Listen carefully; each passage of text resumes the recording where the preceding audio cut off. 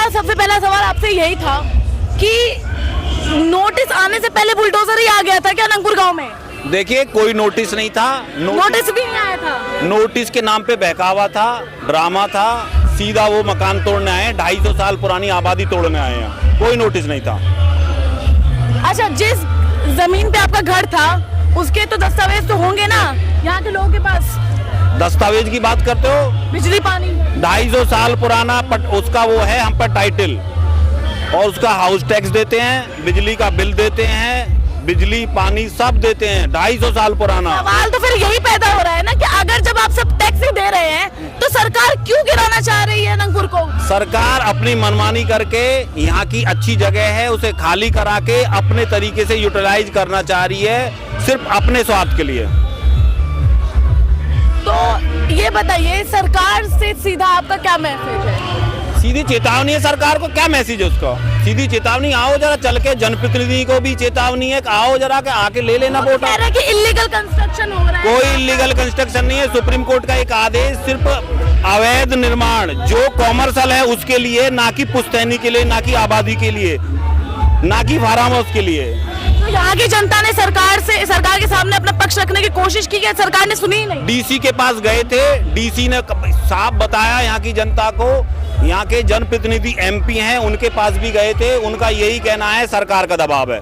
सब मौन धारण किए हुए हैं, मौन स्वीकृति सरकार को दे रहे, जनप्रतिनिधि भी, डीसी भी, सारे पदाधिकारी। तो मीडिया के जरिए आप क्या बात पहुंचाना चाहते हैं, क्या संदेश पहुंचाना चाहते हैं सरकार को? मीडिया के जरिए हम ये बताना चाहते हैं कि सुप्रीम कोर्ट के आदेश के आड़ में उसे गलत यूज करके आप पुश्तैनी जमीन या हमारे पुराने घर जिसका हम हाउस टैक्स देते हैं, बिजली का बिल देते हैं, आप उसे नहीं ढा सकते। यदि अब की बार बुलडोजर आया तो समझ लेना हमारे एक आदमी को क्षति होगी तो सरकार के हम 10 आदमी को क्षति पहुंचाएंगे, लेकिन अपनी पुश्तैनी जमीन, अपना मकान बिल्कुल नहीं देंगे। क्या नाम हुआ सर आपका? मेरा नाम अनिल कसाना है। आप इनकी बात से सहमत हैं? बिल्कुल सहमत है। ईंट से ईंट बजा देंगे, किसी भी हद तक अपने मकानों को नहीं टूटने देंगे। चाहे सरकार जितना जोर लगाना चाहते है सरकार लगा ले। आज खुली चुनौती है, आगे दिखा दे, एक जेसीबी पहुंचा के दिखा दे, ईंट से ईंट ना बजा दे तो हमारा नाम भी गुर्जर समाज से नहीं है। देखिए, सवाल सिंपल है, क्या कानून के नाम पर यहाँ पर इंसानियत मिटाई जा रही है? 1500 साल से भी पुराना ये अनंगपुर गांव सिर्फ एक नोटिस के जरिए बिखेर दिया जाएगा। नोटिस केवल एक दिखावा है, नोटिस कुछ भी नहीं है। सबको पता है कि ये फॉरेस्ट की जमीन नहीं है। जिस समय फॉरेस्ट नहीं था उससे कई सरकार क्यों बता रही है कि इलीगल कंस्ट्रक्शन हो रही है इधर? इलीगल कहाँ दिखा? इलीगल क्या होता है? इलीगल सरकार दिखा दे जमीन कब की है, इनके पेपर कब से है। हम दिखाते हैं अपने पुराने सबसे। हाँ, प्रॉपर दस्तावेज लड़ रहे हैं हम, जब तो लड़ रहे हैं हम। अगर हमारे पास दस्तावेज नहीं होते तो हम कहीं ना कहीं गलत होते तो आते ही नहीं सामने। अगर फॉरेस्ट की जमीन होती तो फॉरेस्ट तो राष्ट्रपति भवन भी है, जाके तोड़े ना प्रशासन वहां के। राष्ट्रपति भवन को तोड़ो सबसे पहले, फिर हम अपने घर को तोड़वाने का तैयार है। पहले सरकार अगर फॉरेस्ट की जमीन है तो राष्ट्रपति भवन को तोड़े।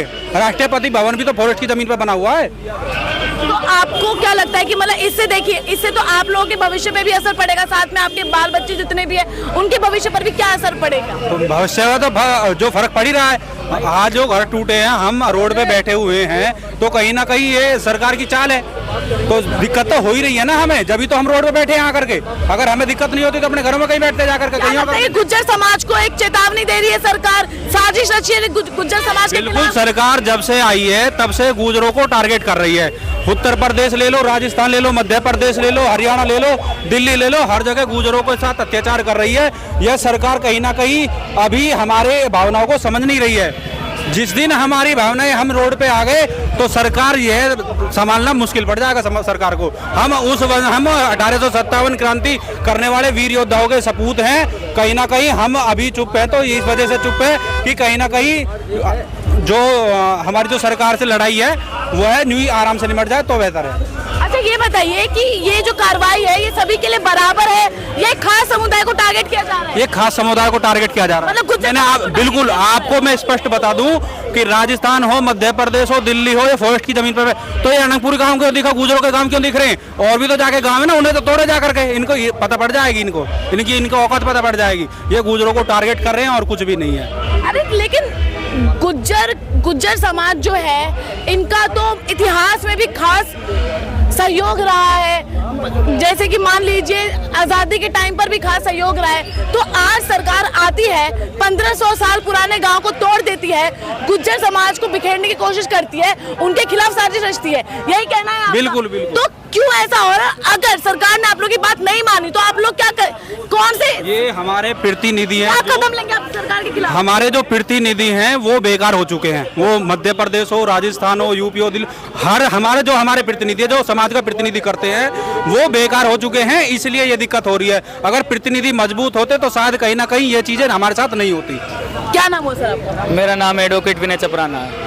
अच्छा बघेल जी, आप ये बताइए कि यहाँ पर आप आए हैं, क्या लग रहा है आपको कि सरकार की जीत होगी कि जनता की, अनंतपुर के निवासी की जीत होगी यहाँ पर? देखो, थोड़ा सरकार से जब लड़ाई होती है तो थोड़ा ये तो कहा नहीं जा सकता, अगर अपने हाथ में होती तो ये लड़ाई होती नहीं। जीत तो देखो सरकार जीत तो सकती ही नहीं है, सरकार सिर्फ अत्याचार कर सकती है, और इस हार और जीत सरकार जीत नहीं सकती है? नहीं, तो वो क्यों सरकार बता रही नहीं है? कर सकती है। तो क्यों बुलडोजर चलाया जा रहा है? ये बुलडोजर जो है सुप्रीम कोर्ट के आदेश के आड़ में चलाया जा रहा है। सुप्रीम कोर्ट घर उजाड़ने के लिए नहीं कहता, सुप्रीम कोर्ट किसी के घर तोड़ने के लिए नहीं कहता। क्यों घर तोड़े जा रहे हैं फिर? ये कॉमर्शियल एक्टिविटीज पे ये जो नियम लागू होना चाहिए, आदेश लागू, इसके आड़ में सबको तोड़ा जा रहा है। ये जो पुरानी आबादी है, इनकी तहसील रिपोर्ट, तहसील आख्या, एसडीएम रिपोर्ट, जो नए तथ्य हैं, इनकी बसावट पुरानी है, नई है, इन सबको कोर्ट में पेश करना चाहिए।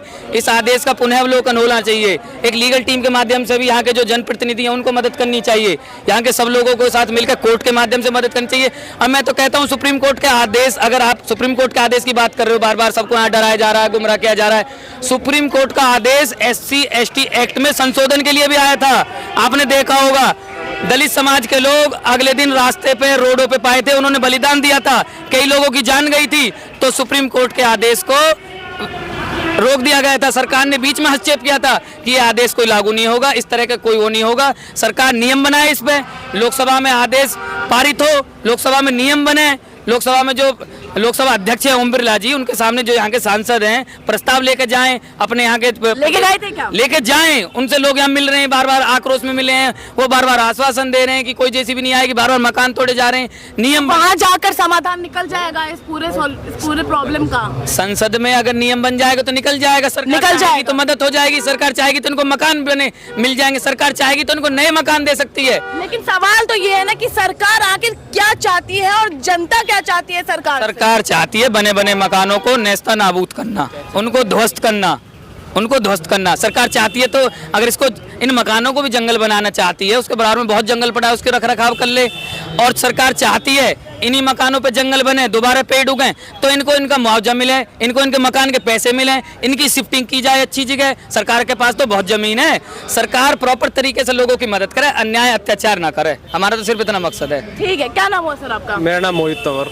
अच्छा मोहित जी, ये बताइए, ये जो पंचायत आज लगाई गई है, सारे गुजर समाज यहाँ इकट्ठे हुए हैं, तो क्या लगता है इसका क्या निष्कर्ष निकलेगा?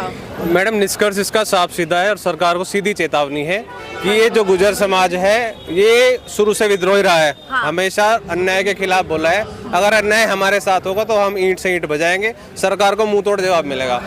अब ये जो हो रहा है सारा प्रकरण, इसके पीछे और कुछ नहीं है, सिर्फ एक छिपा हुआ एजेंडा है कि ये अरावली की पहाड़ियों में जो बसे हुए लोग हैं, जितने भी गांव बसे हैं, एक अनंतपुर गांव नहीं है, अरावली की पहाड़ी, यहाँ से लेकर आप राजस्थान तक चले जाए, अरावली की पहाड़ी में जितने गांव बसे हुए सब पहाड़ में, वो सारे इसकी जद में आएंगे। अगर ये सुप्रीम कोर्ट का ऑर्डर है तो सब गांव इसकी जद में आएंगे। सीधा एक हिडन एजेंडा जो गवर्नमेंट का है कि ये गांव खाली करा के सभी गाँव के साथ ऐसा ही होना है। ये आगे चेन चलेगी, ये केवल अनंतपुर पे नहीं रुकेगी, ये आगे गांव और इसकी जद में आएंगे, क्योंकि एक एजेंडा है। एजेंडा ये है कि ये गांव खाली कराए जाएंगे, गांव तोड़े जाएंगे, और ये सारी प्रॉपर्टी, ये सारे पहाड़ की जमीन है, बड़े रिसोर्ट, बड़े होटल वाले, बड़े प्रॉपर्टी या बिल्डर्स को दिए जाएंगे।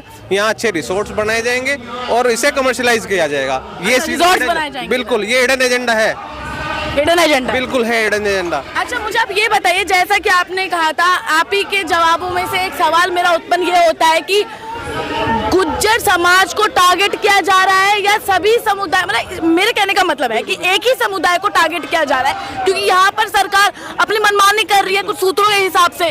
तो आपको क्या लगता है कि सभी के साथ ये न्याय है, सभी के साथ न्याय हो रहा है, सिर्फ एक ही कम्युनिटी को टारगेट किया जा रहा है? गुजरों को टारगेट किया जा रहा है, स्पेशली गुजरों को टारगेट किया जा रहा है। अगर सबके साथ ये कॉमन होता तो कोई और भी गाँव पिक किया जा सकता है। अनंतपुरी क्यों, अनंतपुर की एक हिस्ट्री है। कह रहे कि 1500 साल की। ये तो कह रहे कि फॉरेस्ट अनंतपुर की एक हिस्ट्री है 1500 साल की गुर्जर समाज हाँ जी। की। महाराजा अनंतपाल तंवर जी ने गांव बसाया था और तब से आज तक यहाँ गुर्जर बसे।